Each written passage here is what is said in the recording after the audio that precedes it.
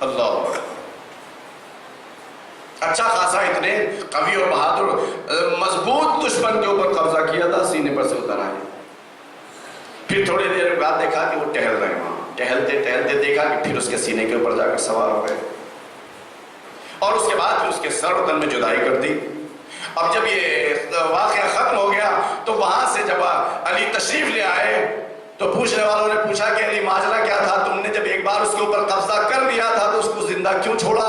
کہیں وہ دوبارہ سے اٹھ کر تمہارا مقابلہ کرتا؟ توجہ کیجئے گا، کہیں وہ اٹھ کر کے دوبارہ سے مقابلہ کرتا، حملہ کرتا، کہیں تمہیں شکست دے دیتا؟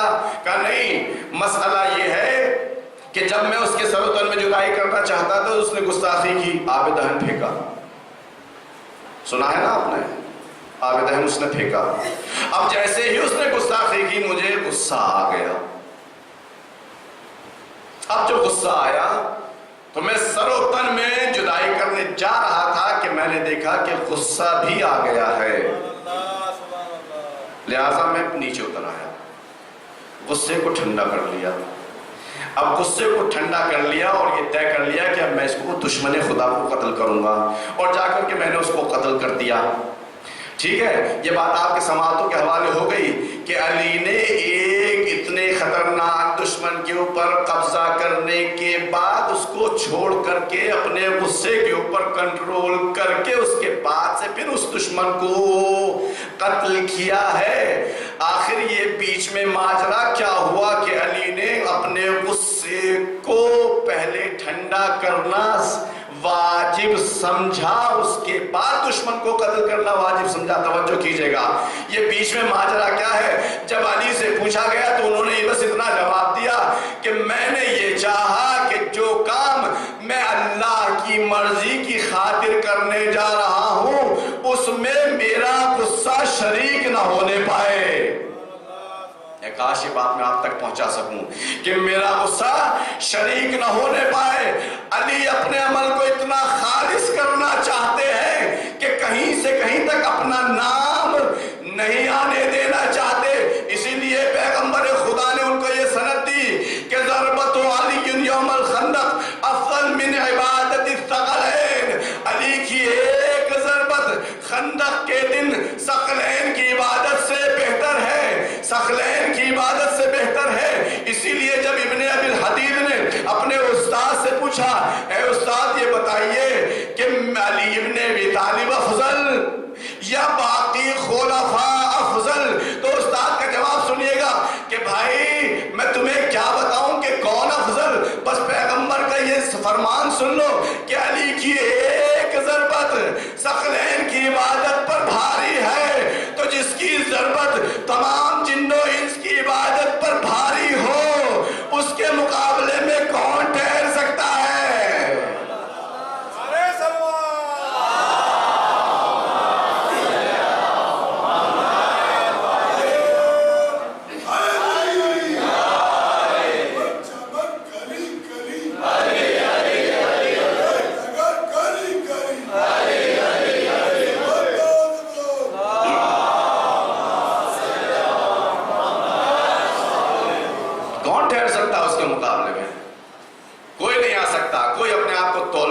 جس کی ایک ضربت، اب کوئی اس سے اس کا مقابلہ کرنا چاہے تو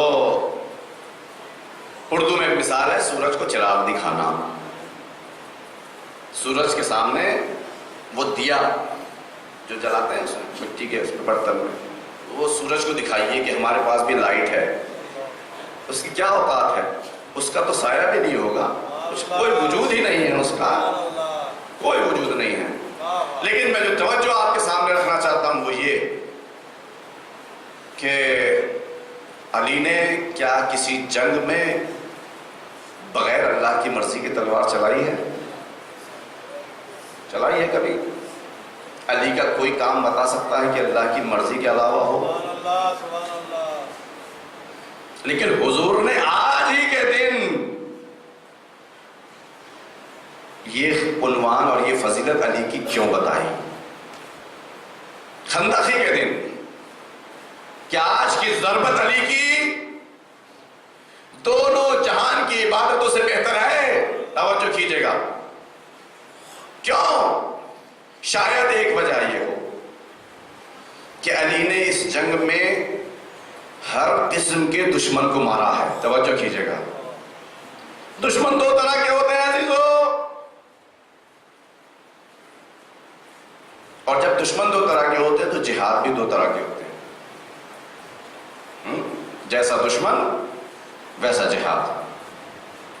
مسلمان جنگ لڑنے کے بعد بہت خوشی خوشی پیغمبر کی خدمت میں آئے، یا رسول اللہ ہم جہاد سے کامیاب ہو کر آ گئے۔ رسول اللہ نے فرمایا کہ ماشاءاللہ احسن، بہت اچھا کیا تم نے، مگر تم نے یہ چھوٹا جہاد کیا ہے۔ دیکھ رہے ہیں آپ، سر و تن میں جدائی کے چانسز تھے وہاں، ہیں جسم کے اعضاء کے ٹکڑے ٹکڑے ہو جانے کے چانسز تھے وہاں، زخموں سے تر ہو جانے کے، لہو سے تر ہو جانے کے چانسز تھے وہاں، سب کچھ تھا۔ لوگ اپنی جان کی پرواہ کیے بغیر جہاد کرنے کے لیے گئے تھے، اور رسول خدا کیا فرما رہے ہیں کہ چھوٹا جہاد کر کے آ رہے ہیں۔ اب دلوں میں جو واہ واہ ملنے کی امید تھی وہ بھی چھوٹا جہاد کر کے آ رہے ہیں۔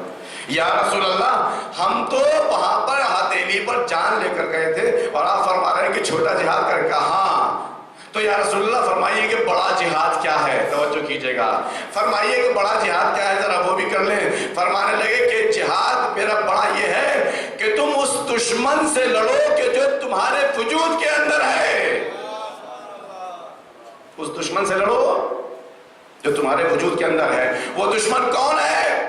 کہ وہی تمہاری خواہش ہے جو تمہیں حق کے راستے سے ہٹا دیتی ہے، وہی خواہش جو تمہیں حق کے راستے سے ہٹا دیتی ہے، یہی تمہاری دشمن ہے۔ اب توجہ فرمائے آپ نے، ایک دشمن وہ ہے جو ظاہر ہے، سامنے ہے میدان میں، وہ کون سا دشمن ہے؟ چھوٹا یا بڑا؟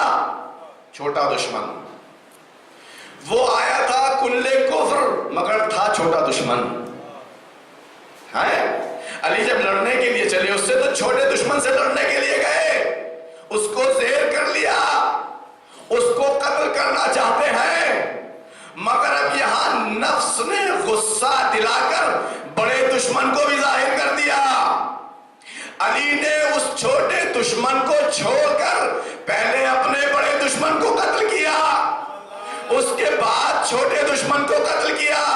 شاید یہی وجہ ہے کہ آج اس موقع پر رسول خدا نے علی کو یہ فضیلت عنایت فرمائی کہ آج کی ضربت علی کی دونوں جہانوں کی عبادت سے بہتر ہے۔ شاید وہی وجہ ہے کہ ایک ہی موقع پر ایک ہی تلوار سے علی نے چھوٹا بھی جہاد کیا، بڑا بھی جہاد کیا۔ علی نے چھوٹے دشمن کو بھی مارا، بڑے دشمن کو بھی مارا۔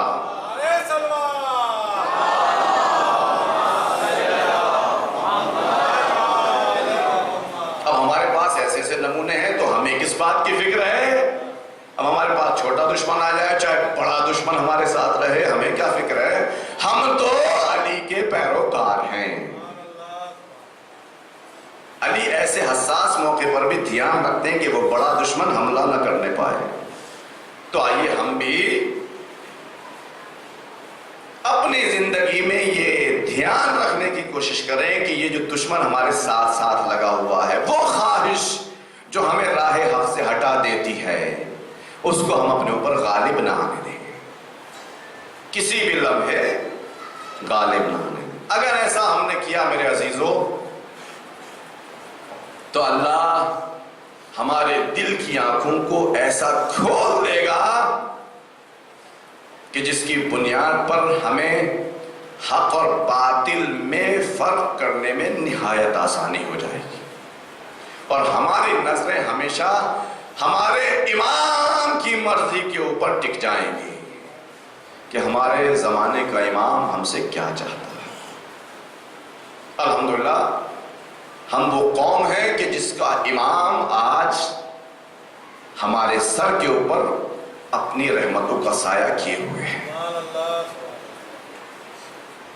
تو اگر ہم بھی اپنی ایسی خواہشات کو کنٹرول میں رکھیں کہ جو ہمیں راہ حق سے جدا کر دیتی ہیں، تو پھر خود میرے مولا فرماتے ہیں کہ تمہیں ہمیں تلاش کرنے کی ضرورت نہیں ہے کہ ہم کہاں ہیں۔ آج جمعے کا دن ہے نا، اس جمعے کے دن کچھ دعائیں ایسی ہیں جو امام زمانہ علیہ السلام کو یاد کرنے کے لیے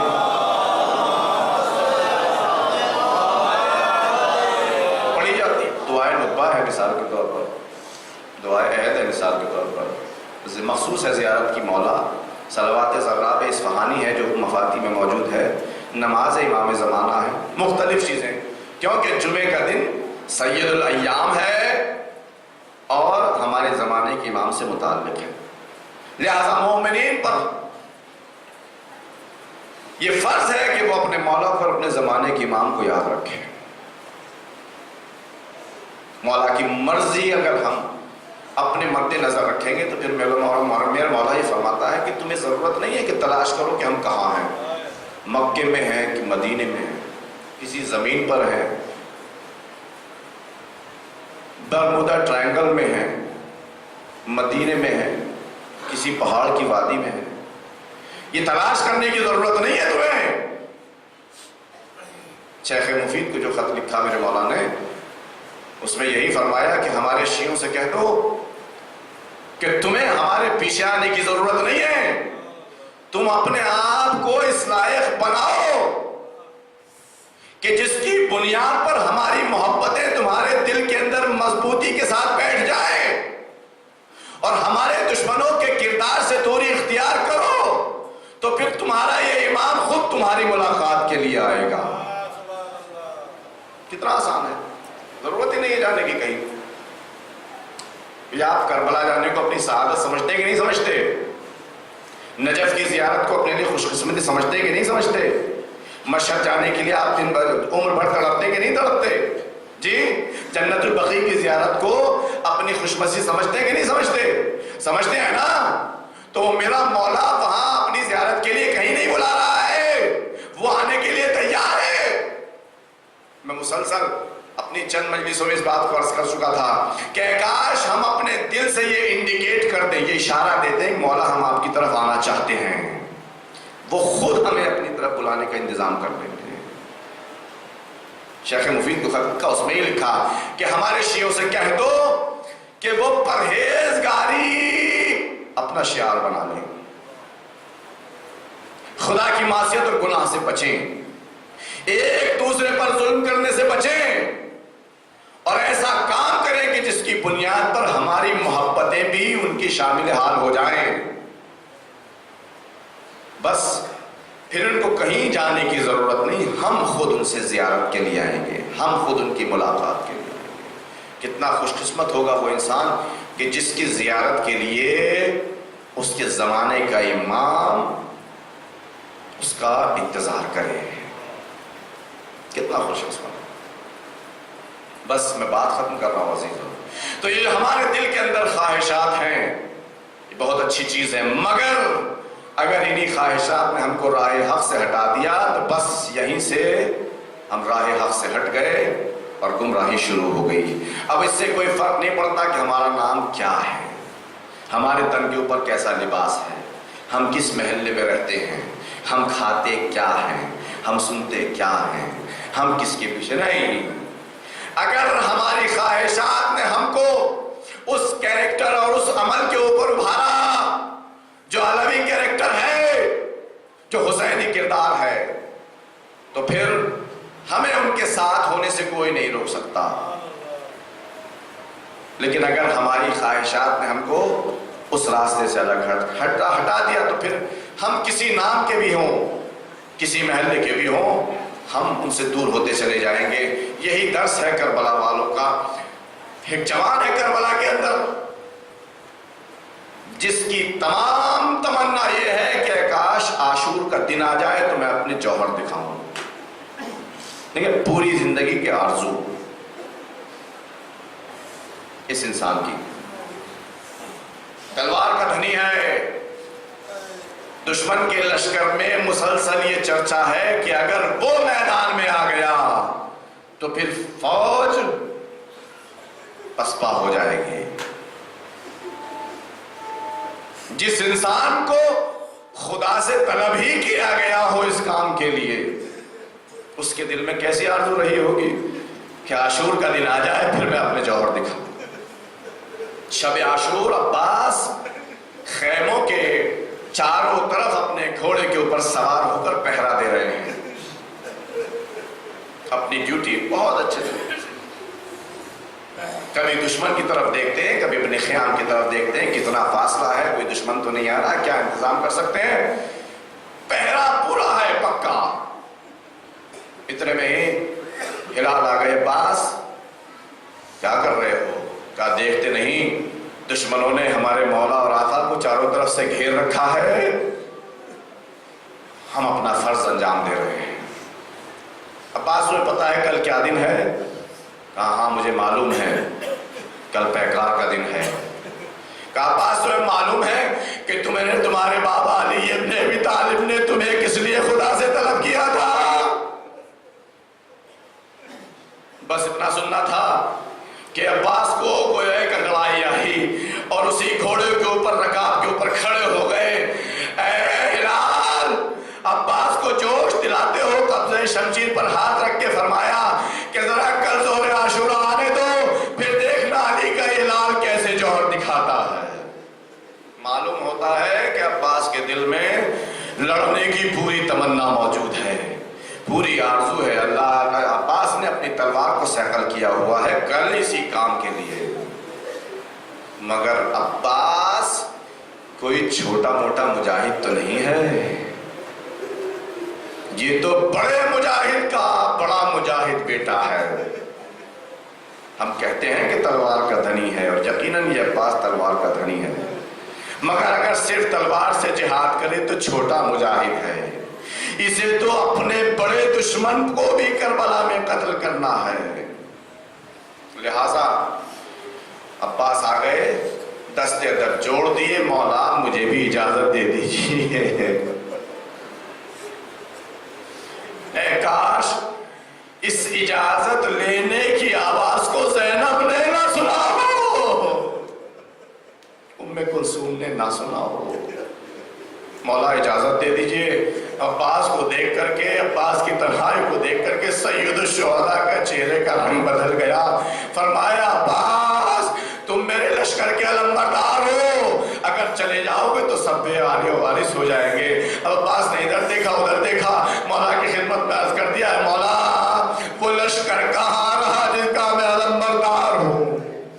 جب لشکر چلا گیا تو علمبردار کی باری ہے۔ بس مولا کو میرے سید الشہداء نے ایک مرتبہ اتنی اجازت دے دی کہ عباس جانا چاہتے ہو تو بچوں کے لیے پانی کا انتظام کر دو، اس لیے کہ بہت وقت ہے بچے پیاس کے مارے التش کی صدائیں بلند کر رہے ہیں۔ جزاکم ربکم خیر الجزا۔ یہ آنسو جو آپ کی آنسو سے نکل رہے ہیں یہ رائے گا نہیں جائیں گے، خدا ان کے اوپر رحمت نازل کرتا ہے، ان کو رومال فاطمہ میں جگہ عنایت فرمائے خداوند متعال۔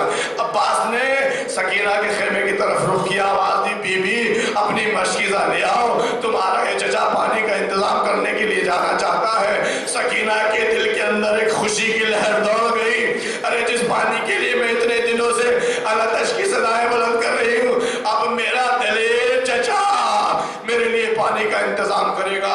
مشکیزہ کو باندھ لیا، علم لے لیا، ٹوٹا ہوا نیزہ لے لیا، چل دیے فرات کی طرف، دشمنوں کو پسپا کر دیا۔ اس مشکیزہ کو پانی کے اندر ڈال کر کے بیٹھ گئے دریا کے کنارے۔ دل کہتا ہے کہ پانی پی لے، مگر عباس نے اپنے اس بڑے دشمن کو مارتے ہوئے یہ اپنے آپ کو یاد دلایا تیرا آقا پیاسا ہے، بچے پیاسے ہیں، پانی نہیں چھوؤں گا، پانی نہیں پیوں گا۔ اپنے اس بڑے دشمن کو یہی قتل کر دیا عباس نے، بڑے جہاد کیا عباس نے، اور مشکیزہ کو پر کرنے کے بعد چل دیے۔ اللہ اکبر۔ عمر صاحب نے دیکھا کہ پانی خیام حسینی کی طرف جا رہا ہے، اپنے فوجیوں کو للکار کے کہا اے فوجیوں اگر پانی خیمہ حسینی میں پہنچ گیا تو ہماری ساری محنت رائے گاہ ہو جائے گی۔ عباس کی پوری کوشش ہے کہ پانی دست سکینہ تک پہنچ جائے، امام پسر سعد کی پوری کوشش ہے کہ یہ پانی کا ایک قطرہ بھی نہ پہنچنے پائے۔ بس اسی جنگ میں اللہ اکبر عباس نے اپنا داہنا شانہ قلم کروا دیا،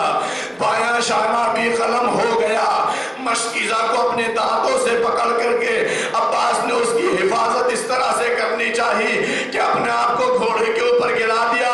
جتنے تیر ہیں، جتنی تلواریں ہیں، جتنے نیزے ہیں، سب عباس کے بدن کے اوپر. مگر اتنی ہی دیر میں کیا دیکھا کہ ایک تیر مشکیزہ سے آ کر ٹکرایا، پانی بہنے لگا. عباس کی آرزو اسی پانی کے ساتھ بہنے لگی. اب عباس کو یہ احساس ہو گیا کہ پانی دست سکینہ تک نہ پہنچ پائے گا. جزاکم ربکم خیر الجزا. اب جب یہ یقین ہو گیا کہ پانی دست سکینہ تک نہ پہنچ پائے گا تو عباس نے شاید دلی دل میں سوچا کہ جب میں پانی نہ پہنچا پایا تو خیام تک جانے کا فائدہ کیا. اپنے ہی منہ سے اپنے گھوڑے کو دشمنوں کی طرف موڑ دیا. دشمنوں کے اندر عباس پہنچے، گرز آہنی سر کے اوپر لگا. دونوں نشانے پہلے ہی خطا ہو چکے تھے. اب جو زمین پر عباس تشریف لاتے ہیں بے ہاتھ کٹے ہوئے ہاتھوں کے ساتھ منہ کے بل زمین پر آئے.